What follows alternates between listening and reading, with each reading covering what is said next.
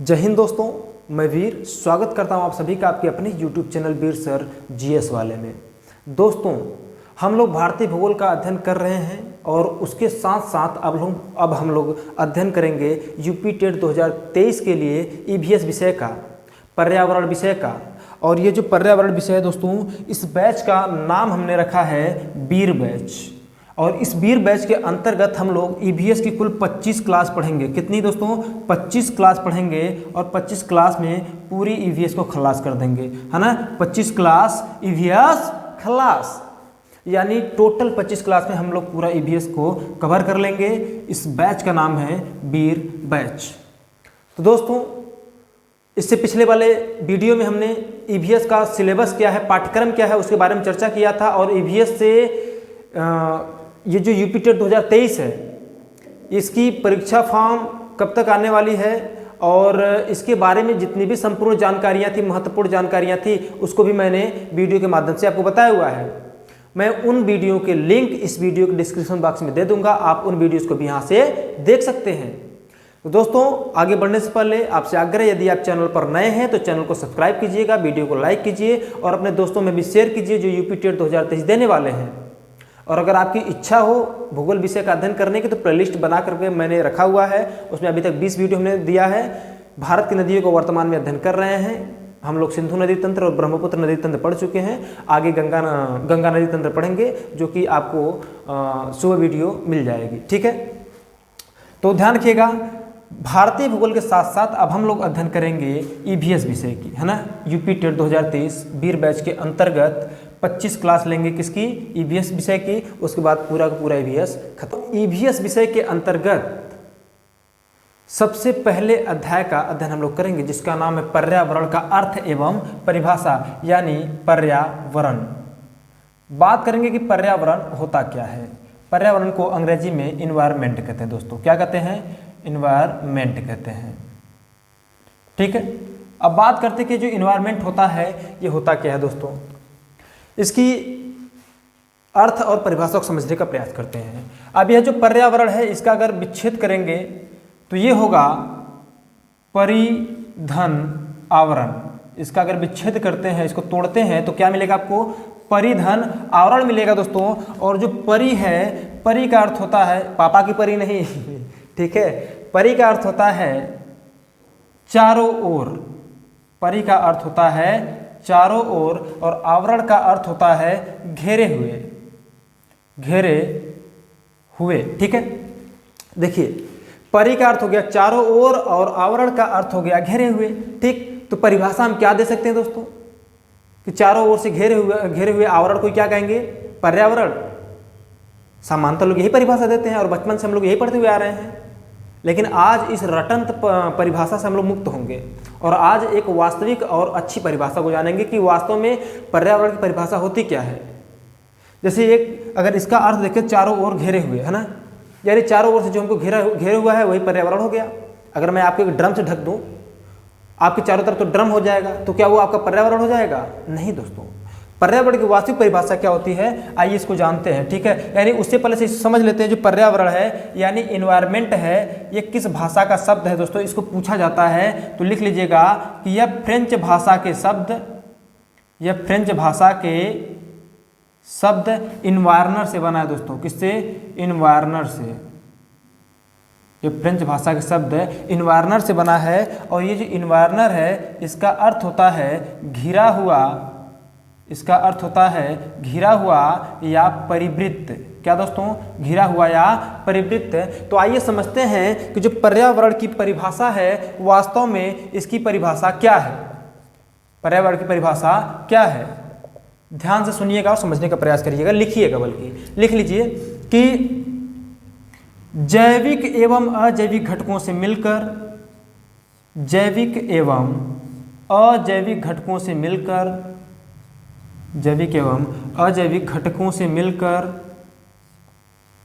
घटकों से मिलकर निर्मित वातावरण, मिलकर निर्मित वातावरण जो मानव पर प्रभाव डालता है, जो मानव पर प्रभाव डालता है, प्रभाव डालता है पर्यावरण कहलाता है। क्या कहलाता है दोस्तों? पर्यावरण कहलाता है, पर्यावरण कहलाता है। ठीक, ध्यान दीजिएगा, ये जो पर्यावरण है उसकी परिभाषा मैंने एक्चुअल परिभाषा आपको लिख के बताया है। क्या है दोस्तों? कह रहा है कि जैविक और अजैविक घटकों से मिलकर निर्मित वातावरण जो किस पर प्रभाव डालता है दोस्तों? मानव पर प्रभाव डालता है, वो क्या कहलाता है दोस्तों?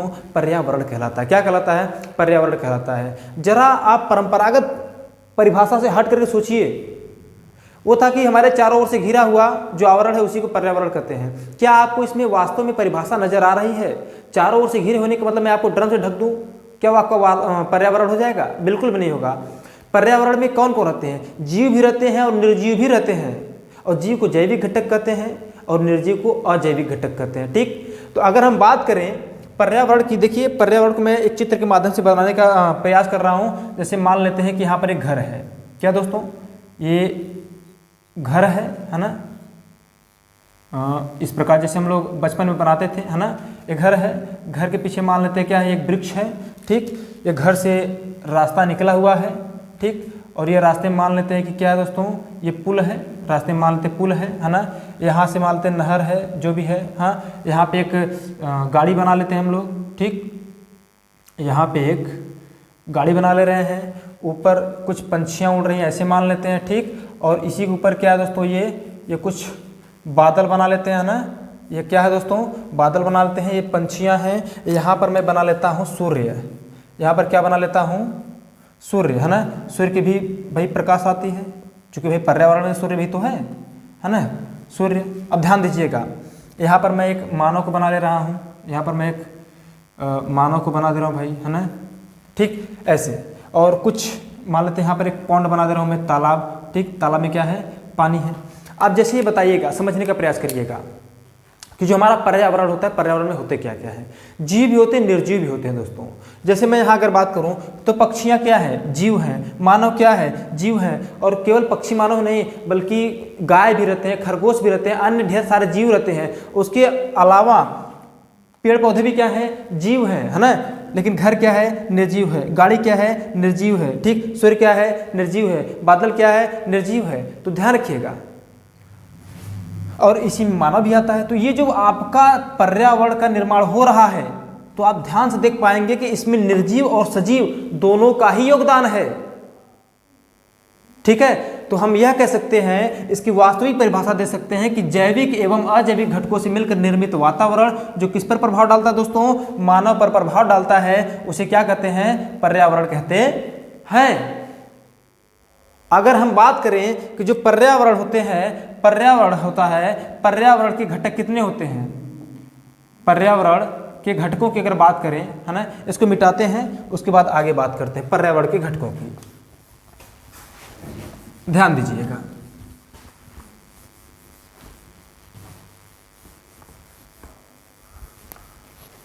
पर्यावरण के घटक।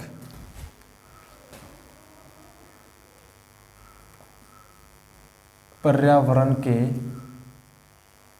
घटक की यदि बात किया जाए तो पर्यावरण के दोस्तों दो घटक हो जाएंगे, है ना? एक तो हो जाएगा जैविक घटक, एक हो जाएगा जैविक घटक और दूसरा हो जाएगा अजैविक घटक। एक हो जाएगा जैविक घटक और दूसरा हो जाएगा अजैविक घटक। जैविक घटक को कहते हैं बायोटिक कंपोनेंट, बायोटिक कंपोनेंट, और अजैविक को कहते हैं अबायोटिक कंपोनेंट।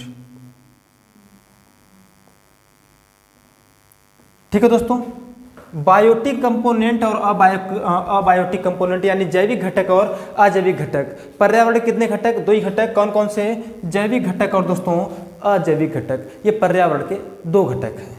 अब यदि हम बात करें जैविक घटक की, तो जैविक घटक को दो भाग में डिवाइड करते हैं। एक है जंतु घटक और एक है पादप घटक। क्या दोस्तों? एक है जंतु घटक और एक है पादप घटक। क्योंकि अभी मैंने जो चित्र बनाया था उसमें जंतुओं में मानव शामिल हो जाते हैं और पशु पक्षी शामिल हो जाते हैं, ये जंतु घटक हो जाते हैं। और पादप घटक क्या होते हैं दोस्तों? पादप घटक में पेड़ पौधों को शामिल किया जाता है। किसको? तो ध्यान रखिएगा, अगर मैं बात करूं कि जंतु घटक में किसको शामिल किया जाता है, तो हम लिख सकते हैं कि इसमें जीव जंतुओं को शामिल किया जा सकता है। और पादप घटक में किसको शामिल किया जा सकता है दोस्तों, इसमें पेड़ पौधों व घास फूस को शामिल किया जाता है। किसमें? पादप घटक में। ठीक है, अब ध्यान दीजिएगा, जो ये होता है अबायोटिक कंपोनेंट, इसको 3 भाग में बांट के अध्ययन किया जाता है। पहला जलमंडल, फिर उसके बाद स्थल मंडल, फिर उसके बाद तीसरा वायुमंडल। दोस्तों ध्यान दीजिए, ये जो जल मंडल है, जो हमारी पृथ्वी है, पृथ्वी पर पूछा जाता है कितने प्रतिशत पानी है, तो पृथ्वी पर कुल 71% पानी है दोस्तों। कितना? 71% पानी है। तो भाई भूमि वाला हिस्सा कितना बचा? 29%, यानी स्थलीय भाग 29% है, जलीय भाग 71% है। ठीक है, हमारे पृथ्वी पर। अब बात करें वायुमंडल की, तो वायुमंडल क्या है?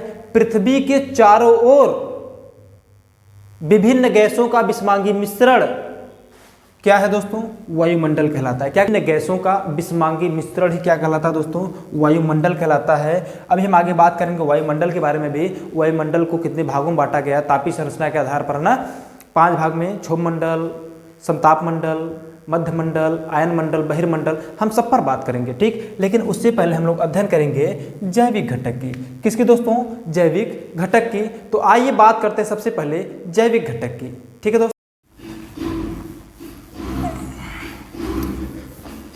दोस्तों, तो अब हम लोग देखते हैं जैविक घटक को। ठीक है, पर्यावरण के 2 घटक हुए, जैविक और अजैविक। तो सबसे पहले हम लोग देखते हैं जैविक घटक को। जैविक घटक यानी बायोटिक कंपोनेंट,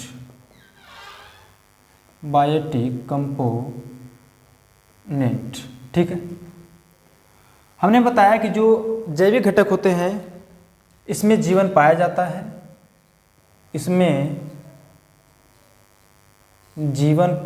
है, और यह कितने प्रकार का होता है दोस्तों? यह 2 प्रकार का होता है। कौन कौन सा? उसको भी अभी हमने बताया। एक होता है पादप घटक और दूसरा जंतु घटक। ठीक, अब पादप घटक के अंतर्गत हम लोग शामिल किसको करते हैं? पादप घटक के अंतर्गत हम लोग पेड़ पौधे एवं वनस्पतियों को शामिल करते हैं। पेड़ पौधे, घास फूस एवं वनस्पतियों को शामिल करते हैं। और जंतु घटक के अंतर्गत हम लोग जीव जंतुओं को शामिल करते हैं। ठीक है दोस्तों, अब ध्यान दीजिएगा, ये जो पादप घटक है और जंतु घटक है, ठीक, पादप घटक को ही हम लोग क्या नाम देते हैं?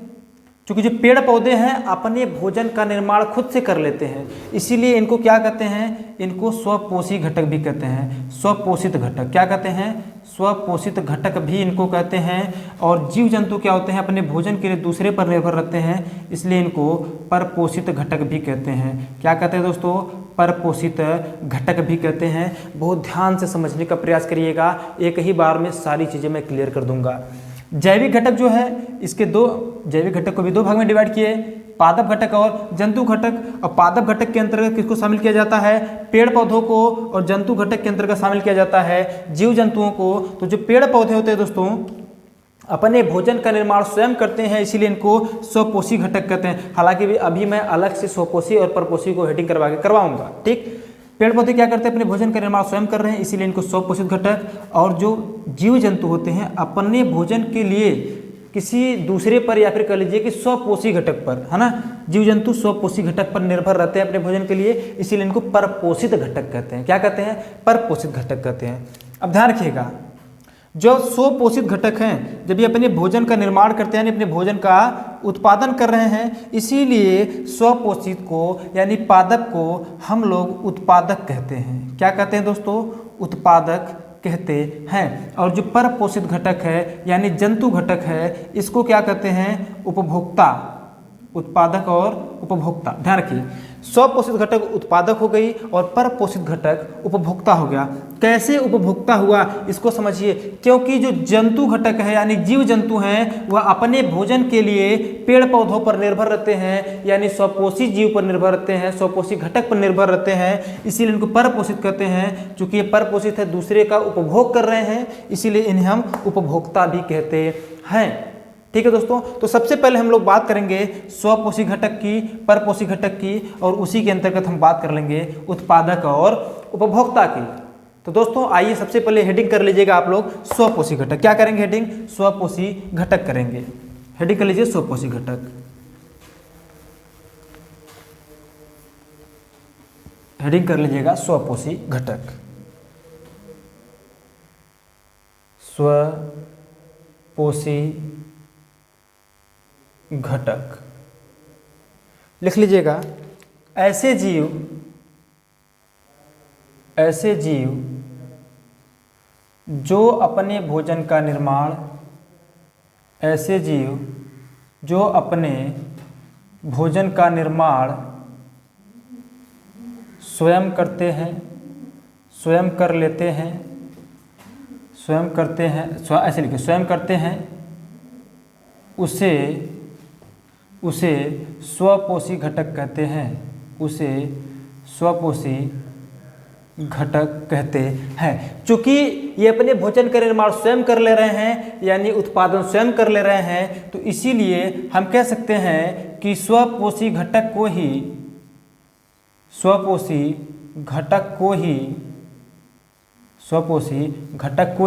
उत्पादक कहते हैं।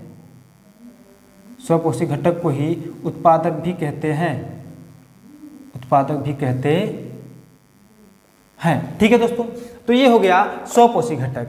अब हम बात करेंगे कि ये लोग अपने भोजन के निर्माण स्वयं से कैसे करते हैं, अपने भोजन का उत्पादन स्वयं से कैसे कर रहे हैं स्वपोषी घटक। ठीक है, तो ध्यान रखिएगा कैसे करते हैं। एक क्रिया है फोटोसिंथेसिस, है ना, जिसको हम लोग हिंदी में कहते हैं प्रकाश संश्लेषण। इसको पहले समझते हैं ना, प्रकाश संश्लेषण जो क्रिया है ये लोग, या फिर ऐसे लिख लीजिएगा कि उत्पादक कार्बन डाइऑक्साइड, जल, सूर्य का प्रकाश और क्लोरोफिल की सहायता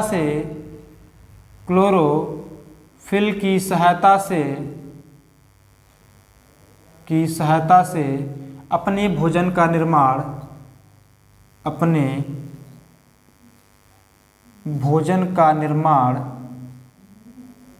स्वयं करते हैं।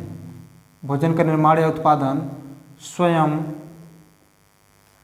करते हैं। ध्यान दीजिए, हमने कहा कि जो स्वपोषी घटक होते हैं ये अपने भोजन का निर्माण स्वयं करते हैं, इसीलिए इनको स्वपोषी घटक कह रहे हैं, और स्वपोषी घटक को ही उत्पादक कहते हैं। ठीक है, और जो ये उत्पादक है अपने भोजन का निर्माण कैसे कर लेते हैं भाई? तो भाई जो उत्पादक होते हैं ना, ये अपने भोजन का निर्माण कार्बन डाइऑक्साइड की मदद से, जल की मदद से, सूर्य के प्रकाश की उपस्थिति में, क्लोरोफिल की सहायता से अपने भोजन का निर्माण कर लेते हैं। तो किस प्रकार से करते हैं, इसका समीकरण क्या है इसको समझते हैं। लिख लीजिएगा 6CO2 + 12H2O। इसको कई बार पूछा जाता है तो भूलना नहीं है ना। 6CO2 + 12H2O। तो ये समीकरण जो है टूट के क्या बनता है, बन जाता है C6H12O6 + 6O2 + 6H2O। अच्छा, ये जो कार्बन डाइऑक्साइड और जल है, ठीक, इसके साथ साथ और किसकी आवश्यकता पड़ रही थी? सूर्य के प्रकाश की। किसकी भाई? सूर्य के प्रकाश की, और दूसरा क्लोरोफिल की। ध्यान दीजिएगा, ये जो स्वपोषी घटक होते हैं कार्बन डाइऑक्साइड, जल और सूर्य की प्रकाश एवं क्लोरोफिल की सहायता से अपने भोजन का निर्माण स्वयं कर लेते हैं, और ये जो बनता है ये क्या कहलाता है दोस्तों? ग्लूकोज कहलाता है। क्या कहलाता है? ग्लूकोज है ना, यानी ग्लूकोज बनता है और O2 है ना, ऑक्सीजन निर्मुक्त होती है। O2 इसको क्या कहते हैं? ऑक्सीजन कहते हैं। ठीक है दोस्तों, ध्यान रखिएगा।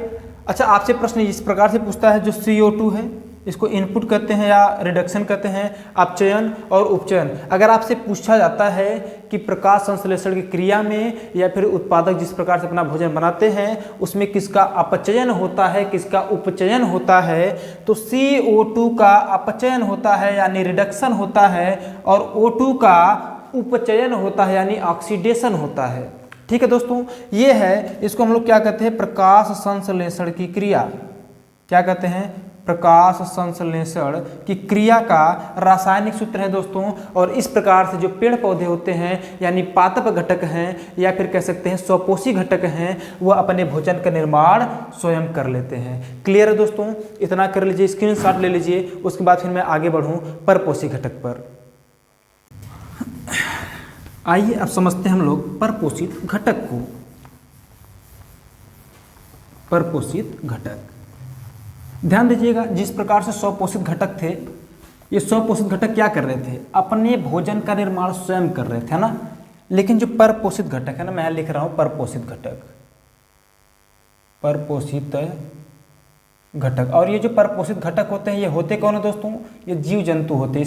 इसके अंतर्गत कौन शामिल होते हैं, जीव जंतु। क्योंकि परपोषित घटक क्या करते हैं, अपने भोजन के लिए किसी दूसरे जीव पर निर्भर रहते हैं या फिर स्वपोषित घटक का उपभोग करते हैं। तो मैं यहाँ पे लिख सकता हूँ कि ऐसे जीव जो अपने भोजन के लिए, जो अपने भोजन के लिए किसी दूसरे जीव पर, या फिर ऐसे लिख ले, जो अपने भोजन के लिए स्वपोषी घटक पर, स्वपोषी घटक पर निर्भर रहते हैं,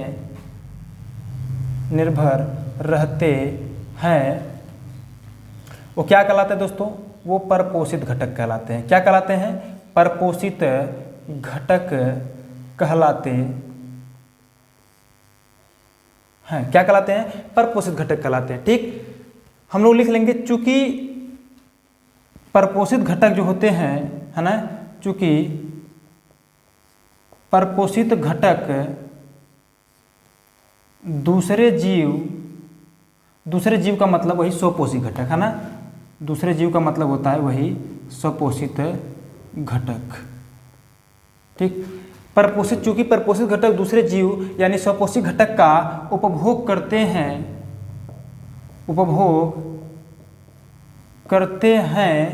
या खाते हैं, है ना। कह सकते हैं कि जो परपोषित घटक होते हैं दूसरे जीव का उपभोग करते हैं या खाते हैं,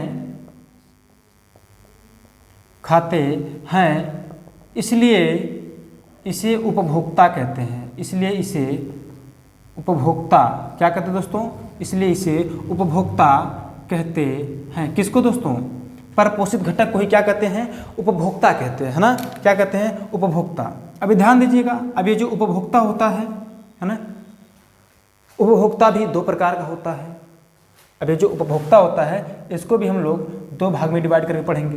पहला जो होता है इसको हम लोग कहते हैं दीर्घ उपभोक्ता, दीर्घ उपभोक्ता, है ना, जिसको हम लोग कहते हैं मैक्रो कंज्यूमर, मैक्रो कंज्यूमर। अच्छा, उपभोक्ता को अंग्रेजी में कंज्यूमर कहते हैं ना, तो दीर्घ उपभोक्ता को क्या कहेंगे, मैक्रो कंज्यूमर, है ना, कंज्यूम करने वाले को, है ना। उसके बाद एक होता है लघु कंज्यूमर, है ना, या फिर दीर्घ हो गया, लघु हो गया, या फिर लघु, या इसको कह सकते हैं सूक्ष्म उपभोक्ता, सूक्ष्म उपभोक्ता, या इसको कह सकते हैं माइक्रो कंज्यूमर। मैक्रो ये हो गया दीर्घ, और जो सूक्ष्म है इसको माइक्रो कंज्यूमर कहते हैं। क्या कहते हैं, माइक्रो कंज्यूमर कहते हैं।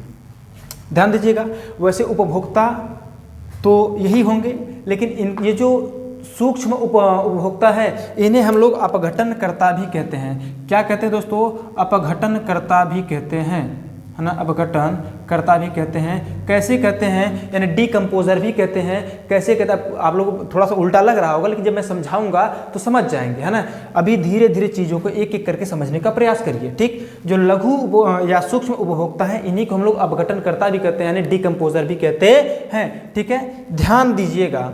अब हम सबसे पहले बात करते हैं दीर्घ उपभोक्ता की। तो दीर्घ उपभोक्ता को अगर हम देखें दोस्तों, तो ये जो दीर्घ उपभोक्ता है इसको भी 3 भाग में बांट करके पढ़ सकते हैं। कौन कौन सा? प्राथमिक उपभोक्ता, या फिर कह सकते हैं कि प्राइमरी कंज्यूमर, है ना, प्राइमरी कंज्यूमर, हिंदी में लिख सकते हैं प्राथमिक उपभोक्ता, प्राथमिक उपभोक्ता। दूसरे को लिख सकते हैं सेकेंडरी कंज्यूमर, सेकेंडरी कंज्यूमर, इसको कहते हैं द्वितीयक उपभोक्ता, ठीक। इसको टर्शियरी, टर्शियरी कंज्यूमर, इसको कहते हैं तृतीयक उपभोक्ता।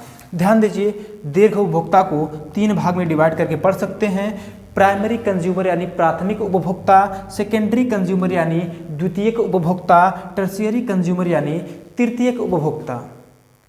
दोस्तों आइए हम सबसे पहले जान लेते हैं प्राथमिक, द्वितीयक और तृतीयक उपभोक्ता के बारे में। और मेरी बात ध्यान सुनिएगा, ये जो प्राथमिक, द्वितीयक और तृतीयक उपभोक्ता है, यानी अभी हम लोग जिसको पढ़ने जा रहे हैं, कंज्यूमर को पढ़ने जा रहे हैं, तो इस कंज्यूमर को अपने ध्यान में बहुत अच्छे से रखिएगा, क्योंकि यही चीज़ आगे हमको सीखने में मदद करेगी। फूड चेन को, ट्रॉफिक लेवल को, यानी कि पोषण स्तर को, खाद्य जाल को, ठीक है, इन सबको हमको समझने में आसान करेगा कौन? ये जो उपभोक्ता है ना, उपभोक्ता। इसको अगर आप समझे रहेंगे तो आप अच्छे से और आसानी से खाद्य श्रृंखला को भी समझ लेंगे और इसके साथ साथ पोषण स्तर को भी समझ लेंगे, है ना। धीरे धीरे आगे और पिरामिड को भी आगे चीज़ों को अच्छे से समझ पाएंगे। तो इसलिए जो उपभोक्ता है इसको बहुत ही ध्यानपूर्वक पढ़िएगा, ठीक है दोस्तों। आइए समझते हैं प्राथमिक उपभोक्ता, द्वितीयक उपभोक्ता और तृतीयक उपभोक्ता को, है ना। सबसे पहले समझेंगे हम लोग प्राथमिक उपभोक्ता को। प्राथमिक उपभोक्ता, ध्यान दीजिए, लिख लीजिएगा एक लाइन कि ऐसे उपभोक्ता, ऐसे उपभोक्ता, उपभोक्ता का मतलब सीधी सी बात जो किसी अपने भोजन के लिए किसी दूसरे जीव पर निर्भर रहते हों, या फिर जो अपने भोजन का निर्माण स्वयं नहीं करते हैं, अपने भोजन के लिए किसी दूसरे जीव पर निर्भर रहते हैं ना। और उपभोक्ता को हमने 3 भाग बांटा, प्राथमिक, द्वितीयक, तृतीयक, जिसमें हम लोग अध्ययन कर रहे हैं प्राथमिक उपभोक्ता की। तो लिखिएगा इसमें कि ऐसे उपभोक्ता जो अपना भोजन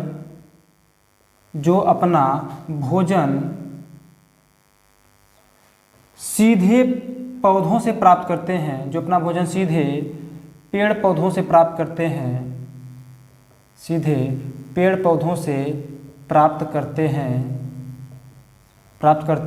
या हम कह सकते हैं कि ऐसे जीव जो अपना भोजन, या फिर ऐसे उपभोक्ता जो अपना भोजन या फिर अपने भोजन के रूप में पेड़ पौधों या घास फूस को खाते हैं, उसे क्या कहते हैं भाई? ऐसे उपभोक्ता क्या कहलाते हैं? ऐसे उपभोक्ता को, ऐसे उपभोक्ता प्राथमिक उपभोक्ता कहलाते हैं। ऐसे उपभोक्ता प्राथमिक उपभोक्ता कहलाते हैं, प्राथमिक उपभोक्ता कहलाते हैं। आइए समझते हैं कि प्राथमिक उपभोक्ता के अंतर्गत किसको किसको शामिल करेंगे। जैसे अब हमको आप ये बताइए, आपके आसपास पर्यावरण में ऐसे कौन कौन से जीव हैं जो घास फूस को खाते हैं? तो आपका सीधी सी उदाहरण होगा गाय हो गया दोस्तों। गाय क्या करता है? घास खाती है। खरगोश हो गया, गाय खरगोश हो गया। टिड्डा हो गया, टिड्डा भी घासों को काट काट के खाती है ना, टिड्डा हो गया। फिर टिड्डा टिड्डी कुछ भी कह लीजिए, ठीक। उसके बाद हिरन हो गया, है ना, इत्यादि। बकरी हो गया, इत्यादि कह सकते हैं, ठीक। हिरन बकरी कर लीजिए। ये हो गए प्राथमिक उपभोक्ता, है ना। अब यहाँ से एक प्रश्न और महत्वपूर्ण बनता है, क्या है वो? हमने परिभाषा लिखा है कि ऐसे उपभोक्ता जो अपना भोजन सीधे पेड़ पौधों से प्राप्त करते हैं, ऐसे उपभोक्ता को क्या कहते हैं? प्राथमिक उपभोक्ता। कहाँ से अपने भोजन को प्राप्त कर रहे हैं? पेड़ पौधों से, यानी केवल और केवल घास फूस खा रहे हैं दोस्तों। और यदि केवल और केवल घास फूस खा रहे हैं, इसका मतलब ये क्या होंगे? शाकाहारी होंगे, मांसाहारी कतई नहीं होंगे। तो लिख लीजिएगा एक लाइन में, एक पॉइंट करके आप लिख सकते हैं कि प्राथमिक उपभोक्ता सदैव शाकाहारी होते हैं। सदैव, सदैव इसलिए लगा रहा हूँ क्योंकि ये केवल और केवल स्वपोषी घटक का ही उपभोग करते हैं, यानी पेड़ पौधों को ही खाते हैं, मांस को नहीं खाते। कौन? प्राथमिक उपभोक्ता। इसीलिए प्राथमिक उपभोक्ता सदैव शाकाहारी होते हैं। क्या होते हैं दोस्तों? सदैव शाकाहारी होते हैं। क्या ये बात क्लियर है? Very good. आइए बात करते हैं द्वितीयक उपभोक्ता की। किसकी दोस्तों? द्वितीयक उपभोक्ता की बात करते हैं। द्वितीयक उपभोक्ता दोस्तों इसमें लिख सकते हैं कि ऐसे उपभोक्ता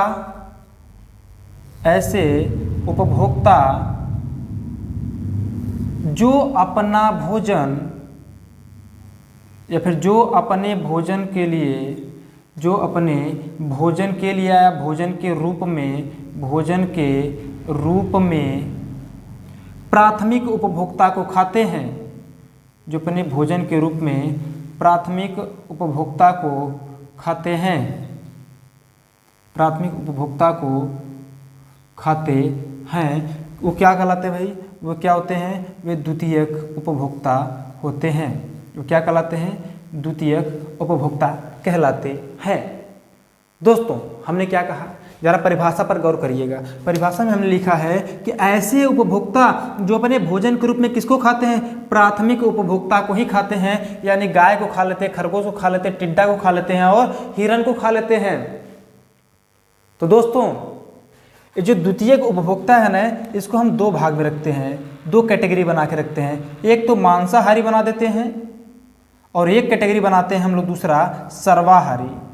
एक तो मांसाहारी और दूसरा सर्वाहारी। ठीक है दोस्तों, सर्वाहारी और मांसाहारी में क्यों डिवाइड किया अभी समझ में आ जाएगा आपको। ध्यान दीजिएगा, जैसे मैं उदाहरण ले लूं, मेंढक,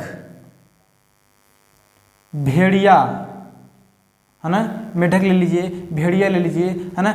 मेंढक क्या है? टिड्डे को खा जाता है। भेड़िया क्या है? हिरन को खा जाएगा, गाय को पाएगा तब भी खा जाएगा, है ना। ठीक, लेकिन कुछ ऐसे जीव हैं जो खरगोश को, गाय को, हिरन को तो खाते हैं, लेकिन इसके अलावा शाकाहारी भी होते हैं, है ना। मांसाहार का मतलब है तो केवल और केवल मांस खाएंगे, सीधी सी बात है।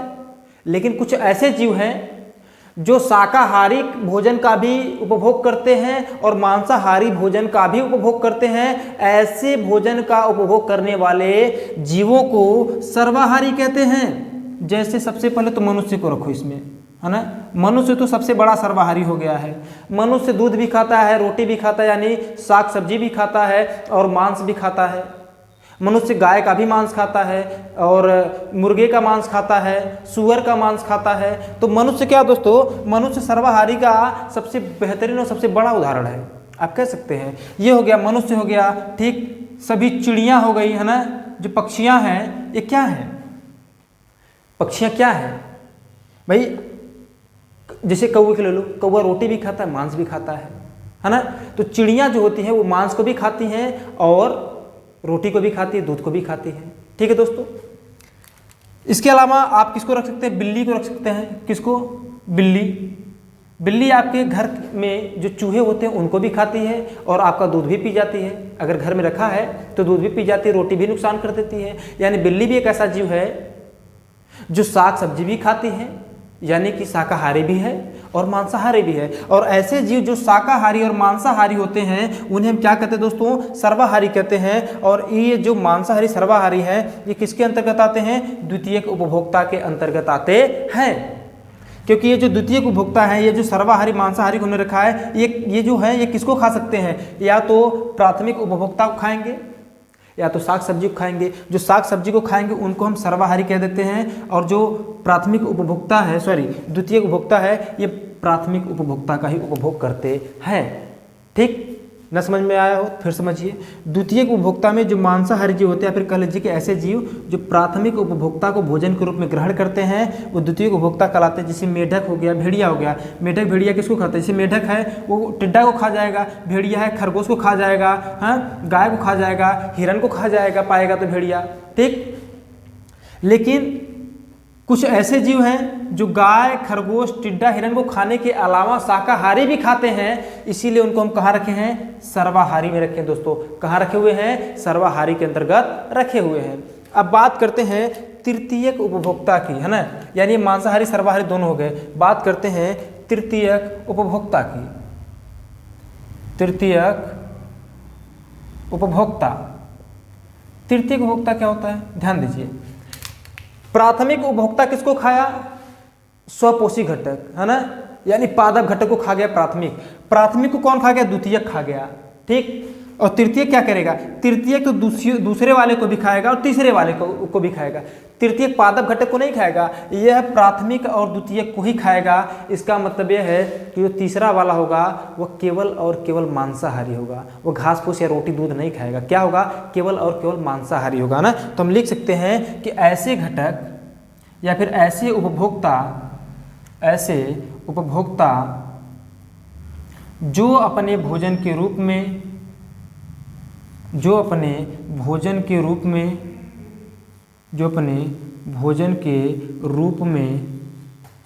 प्राथमिक व द्वितीयक उपभोक्ता को खाते हैं, प्राथमिक व द्वितीयक उपभोक्ता को ग्रहण करते हैं या खाते हैं, तृतीयक उपभोक्ता कहलाते हैं। क्या कहलाते हैं दोस्तों, तृतीयक उपभोक्ता कहलाते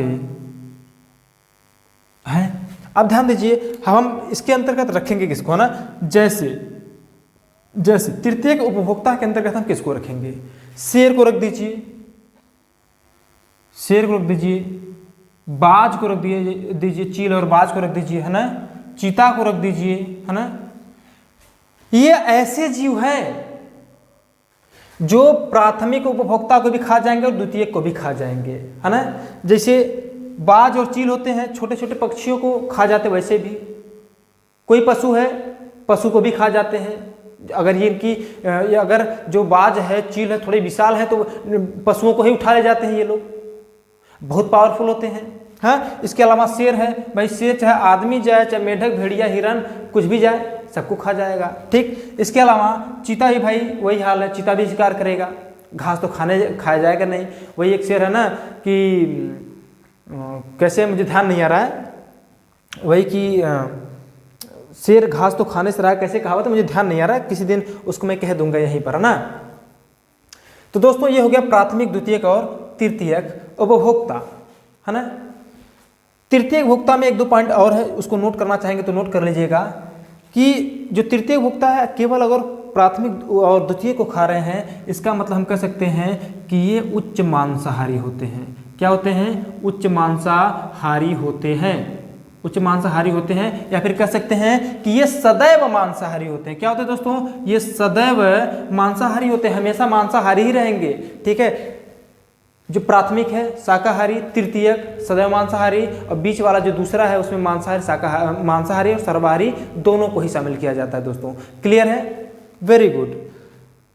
और जो तृतीयक उपभोक्ता है, ये सामान्यतः किसी और जीव का भोजन नहीं बनते, सामान्यतः किसी अन्य जीव का भोजन नहीं बनते। तो भैया होता क्या है, जब ये मर जाते हैं, शेर हो गया, बाज हो गया, चीता हो गया, जब ये मर जाते हैं तो जो सूक्ष्म उपभोक्ता मैंने बताया था ना, उपभोक्ता को मैंने दो भाग में डिवाइड किया, दीर्घ और सूक्ष्म। दीर्घ को हमने कहा भाई, दीर्घ को तीन भाग में बांट के हमने पढ़ा इस प्रकार से, और जो सूक्ष्म वाला बचा उसको हमने अपघटनकर्ता कहा। अब यदि ये लोग मर जाते हैं तो जो सूक्ष्म उपभोक्ता है वो इनको क्या करता है, खा करके मिट्टी में मिला देता है, और जब मिट्टी में मिला देता है यानी उनका अपघटन कर देता है, इसीलिए हम लोग सूक्ष्म उपभोक्ता को अपघटनकर्ता भी कहते हैं, है ना। अब बात करते हैं अपघटनकर्ता की या सूक्ष्म उपभोक्ता की। तो आइए दोस्तों अब हम बात करेंगे सूक्ष्म उपभोक्ता या अपघटनकर्ता की। दोस्तों ये जो सूक्ष्म उपभोक्ता हैं ये होते क्या है, मैंने आपको बताया कि जो सूक्ष्म उपभोक्ता हैं इन्हें ही हम लोग अपघटनकर्ता भी कहते हैं। क्यों कहते हैं, ध्यान सुनिएगा।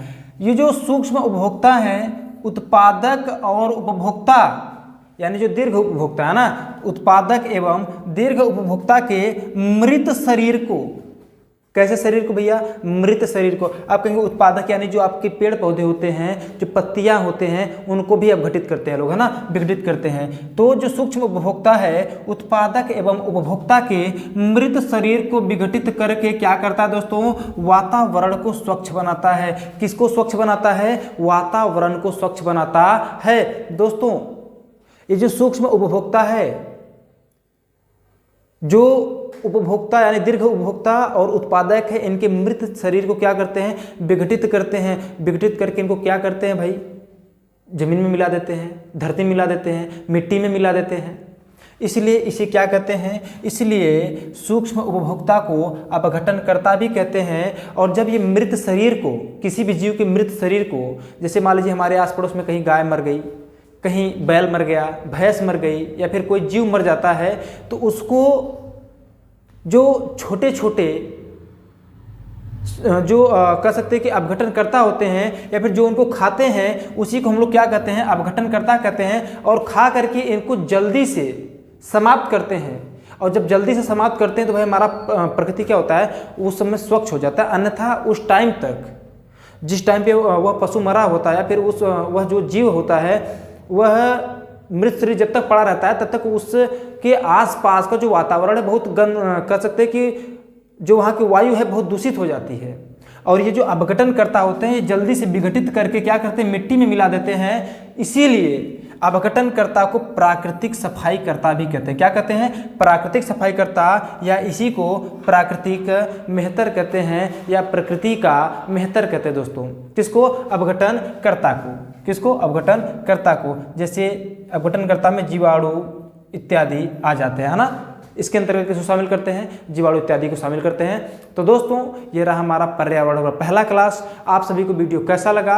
अपना फीडबैक जरूर बताइएगा। और 25 दिन में 25 क्लास लेंगे और EVS को खलास करेंगे।